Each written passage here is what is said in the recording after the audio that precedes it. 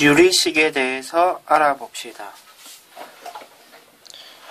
유리식은 다항식과 분수식으로 구성되는데요. 다항식은 여러분들이 중학교 때부터 계속 보아온 형태로 x 플러스 1, x제곱 플러스 1과 같은 형태입니다. 가끔은 이런 형태도 본 적이 있죠.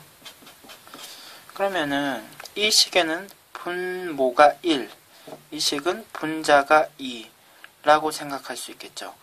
분수식은 유리식에 포함되는 분수식은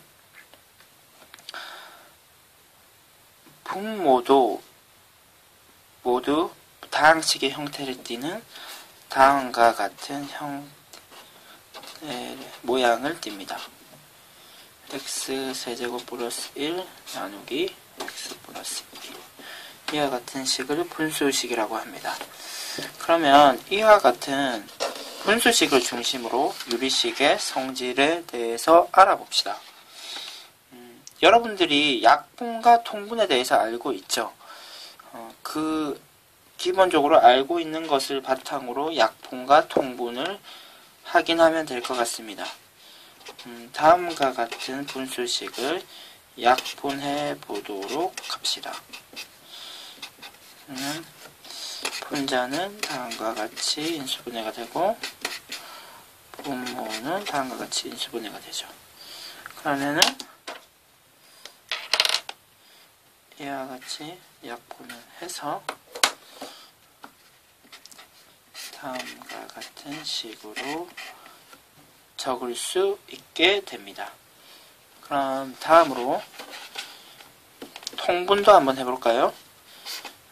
x-1분의 2 x 플러스 1분의 4 이 두 식을 통분하면요 x-1가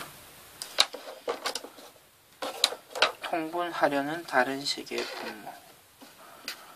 분모를 곱하면 되는데 분자에도 곱해야 식이 변하지 않겠죠.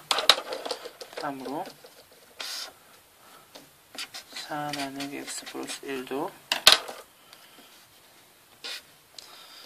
옆에 식의 분모와 분자와 분모의 같은 식을 곱해줘야 식이 변화가 없겠습니다. 이렇게 되면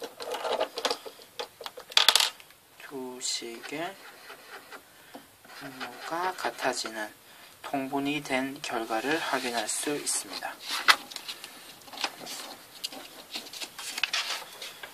유리식의 사칙 연산에 대해서 알아봅시다.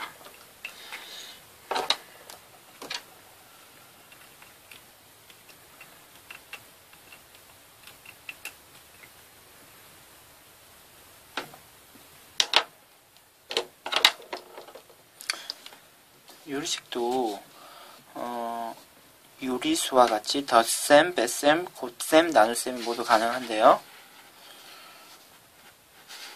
그럼 일단 덧셈부터 해보도록 합시다. 유리식의 사칙 연산은 여러분들이 덧셈, 뺄셈, 곱셈, 나눗셈에 대해서 기본적으로 알고 있는 내용을 자연스럽게 적용하면 되므로 그렇게 어렵지는 않습니다. 그러면 다음 두 식을 더해 보도록 합시다. 지금 이 두 식은 모두 통분이 필요 없는 형태가 되네요. 따라서 그대로 분자를 더하면 됩니다. 그러면은 추가적으로 약분이 가능하다면 약분을 해줘야 합니다. 그러면 결과는 다음과 같이 되겠군요. 뺄셈도 한번 해볼까요? 위와 같은 모양의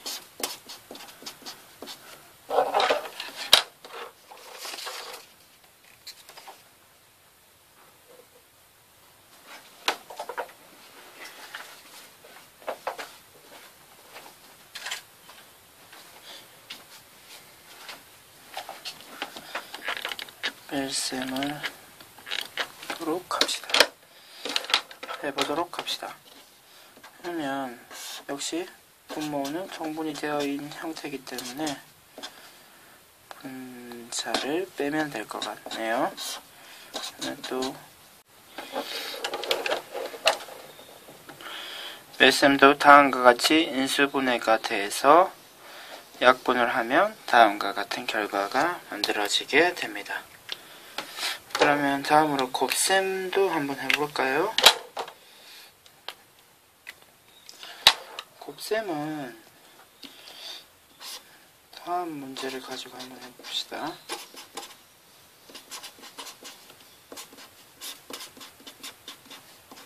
역시 그리 어렵지 않습니다. 일단 인수분해를 하고요. 약분할 거 있으면 약분을 하고 나머지 결과를 적어주면 됩니다. 마지막으로 나눗셈도 한번 해볼까요?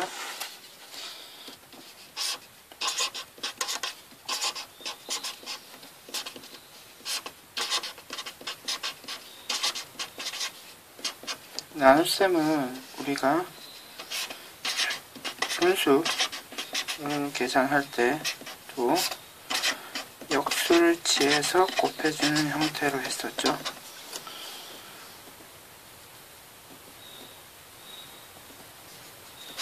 그러면 이와 같이 인수분해가 되고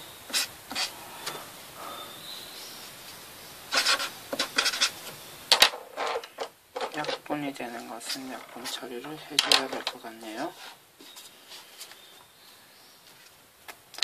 마지막 결과는 다음과 같습니다. 유리식의 성질 그리고 유리식의 사칙 연산에 대해서 공부를 해봤고요. 그러면 다음으로 유리식의 변형 부분 분수에 대해서 알아봅시다. 일단 부분 분수는 A, B 이런 곱하기의 형태는 다음과 같은 형태로 바꿀 수 있는데요. 그 이유를 잠시 알아보면 B 빼기 A 그리고 괄호 안의 식은 통분을 한번 해봅시다. 다음과 같은 형태가 되므로 이렇게 약분을 하면 처음과 같은 형태가 됐습니다. 따라서 곱하기와 같은 형태로 나와 있는 다음과 같은 식은 위와 같은 형태로 바꿀 수 있습니다. 앞뒤를 순서로 바꿔도 상관없기 때문에 어떤 것을 B로 잡고 A로 잡느냐는 상관이 없지만 이 분모 B 빼기 A 계산을 했을 때 음수가 나오면 조금 귀찮기 때문에 두 수 중에 크다고 할 수 있는 x 플러스 5에서 작다고 할 수 있는 x 플러스 3을 빼주는 것이 계산이 편리합니다. 그러고 난 다음에는 이제 작은 것이 A가 앞으로 오는 거죠. 작은 것을 먼저 쓰고 이제는 순서를 지켜야 되겠죠. 이제 A, B가 결정됐으므로 그리고 다음으로는 x 플러스 5분의 1 이렇게 써야 됩니다. 따라서 이렇게 확인해 주면 좋을 것 같아요. A, B, B 빼기 A, A분의 1 빼기 B분의 1 이렇게 알기보다는 이와 같은 곱하기 형태의 다항식을 부분 분수로 분해할 때는 큰 것에서 작은 것을 빼고 작은 것분의 1, 큰 것분의 1 이런 식으로 이어지면 될 것 같습니다. 그러면 마무리 정리를 하면은 다음과 같은 형태가 되고 부분 분수 변형이 끝나게 됩니다. 다음으로 중학교에서도 많이 봤던 형태들인데요. 일단 이와 같은 번분수가 나오면 원칙적으로는 다음과 같은 형태로 계산해 주는 것이 맞을 것 같네요. 분자와 분모에 같은 식을 곱하더라도 분수식이 바뀌는 것은 아니므로 다음과 같이 계산했다고 생각하면 약분이 돼서 CB, 약분이 돼서 AD, 이와 같은 형태로 계산이 되게 됩니다. 그런데 상황에 따라서는 이와 같이 통분한 최소 공배수의 형태라고 할 수 있는 AC를 구하는 것이 귀찮은 경우가 있습니다. 그런 경우에는 이와 같은 형태로 계산을 하면 편리합니다. A와 D를 곱해서 분자에 적고요. B와 C를 곱해서 분자에 적습니다. 선생님이 말을 조금 실수를 한 것 같은데 다시 한번 정리를 해봅시다. A, D를 곱해서 분모에 적고 B, C를 곱해서 분자에 적으면 앞에 원칙대로 했던 변형인 AD분의 CB, AD분의 BC 결국 형태가 달라지지 않았죠. 그러면은 상황에 따라서 이렇게 먼저 1번 방법으로도 할 수 있고 상황에 따라서는 2번 방법으로 해도 되겠습니다. 자, 그럼 우리 다시 또 예시도 한번 확인해 볼까요? 다음과 같은 번분수식이 있다고 하면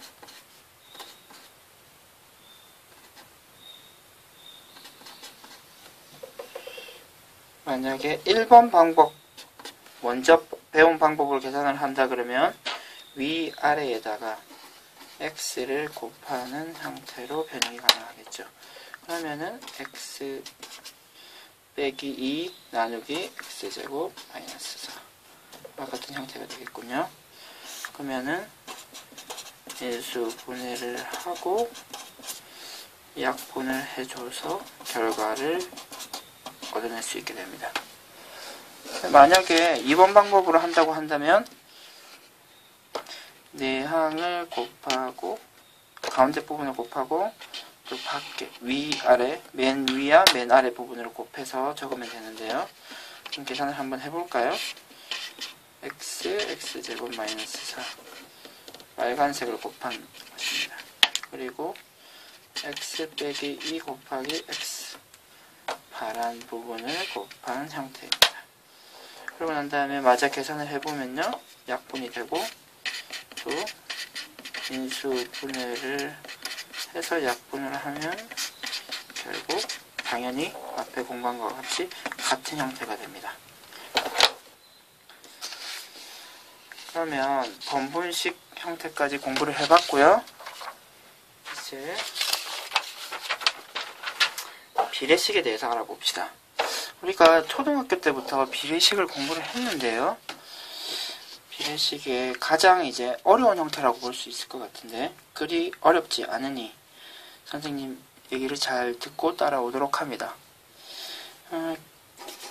비례식이라 하면 A 대 B는 C 대 D 이와 같은 형태로 표현이 가능한 것이죠. 뭐 말을 예를 들면 1대 2는 2대 4 이런 식으로 숫자로도 표현이 가능하겠죠. 그러면은 우리가 이런 성질을 알고 있어요. 뭐 BC를 곱한 것과 AD를 곱한 것은 결과가 같게 되죠. 숫자로도 확인할 수 있습니다. 그러면 우리가 이와 같이 표현된 비례식은 다음과 같이 표현이 가능합니다. A 나누기 B, C 나누기 T.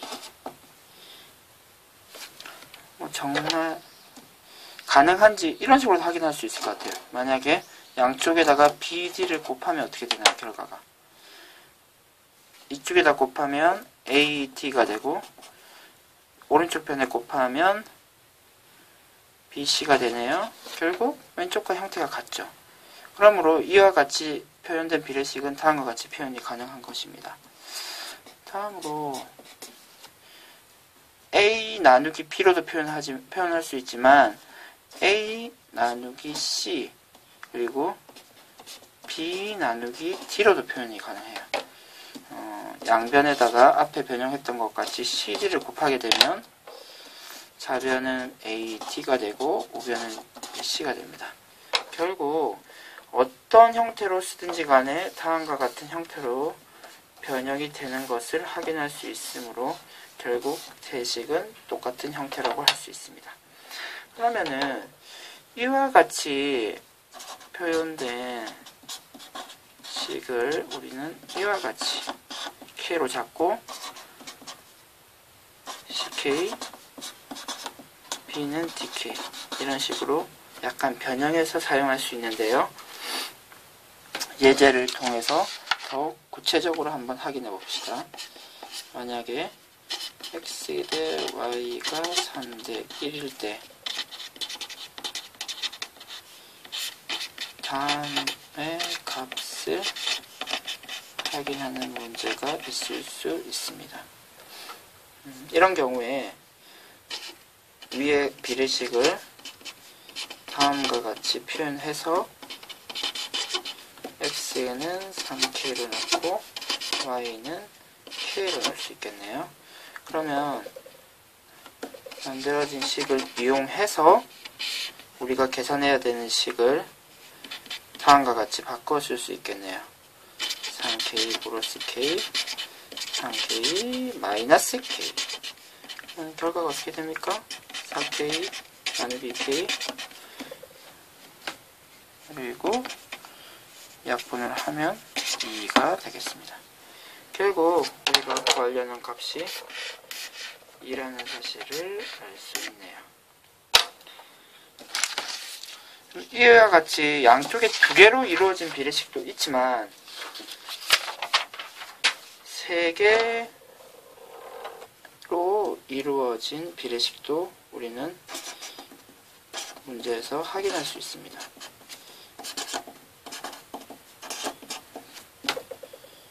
그러면 이와 같은 비례식은 뭐 이런 식의 숫자와 대응됨을 확인할 수 있겠네요. 그러면은 이 숫자를 이용해서 다음 식이 성립함을 꼭 한번 직접 확인해 보도록 하세요. 그리고 지금에서 같은 만약에 숫자가 주어진다면 이 세 식다 모두 다 숫자는 2가 되고 그것을 1번화시켜서 표현하면 K라고 표현할 수 있겠네요. 그러면 이와 같은 형태를 우리는 A는 DK, C는 DK, E는 FK 라고 확인할 수 있을 것 같습니다. 그러면 다음으로 값이 1이라는 내용이 있는데요. 그러면 증명은 생략하기로 하고 다음의 식이 성립한다는 내용을 받아들이고 문제풀이에 이용하도록 합니다. 만약에 증명이 궁금하신 학생들은 교과서의 내용을 참고하시기 바랍니다. 만약에 이와 같은 형태로 비례식이 표현됐을 때 이 식이 나타내는 숫자는 다음에 식이 나타내는 숫자와도 일치하게 됩니다. 어떻게 나온 식이죠? 분자를 모두 더하고 분모를 모두 더하고 분자를 모두 더했습니다. 이렇게도 표현이 가능합니다.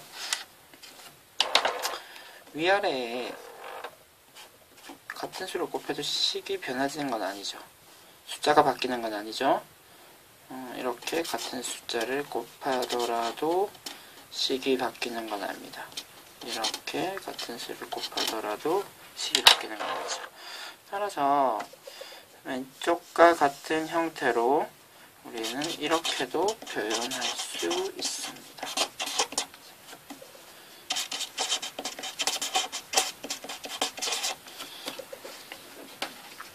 여기서는 무조건 이렇게 바꿀 수 있는 것이 아니라 우리가 모두 다 알고 있죠. 분수식의 분모에는 0이 들어갈 수는 없으므로 모두 0이 아니라는 조건이 필요하겠네요. 뭐 간단한 예시를 통해서 이런 식의 형태가 어떻게 이용될 수 있는지 한번 확인해 봅시다. 만약에 이런 식이 주어지고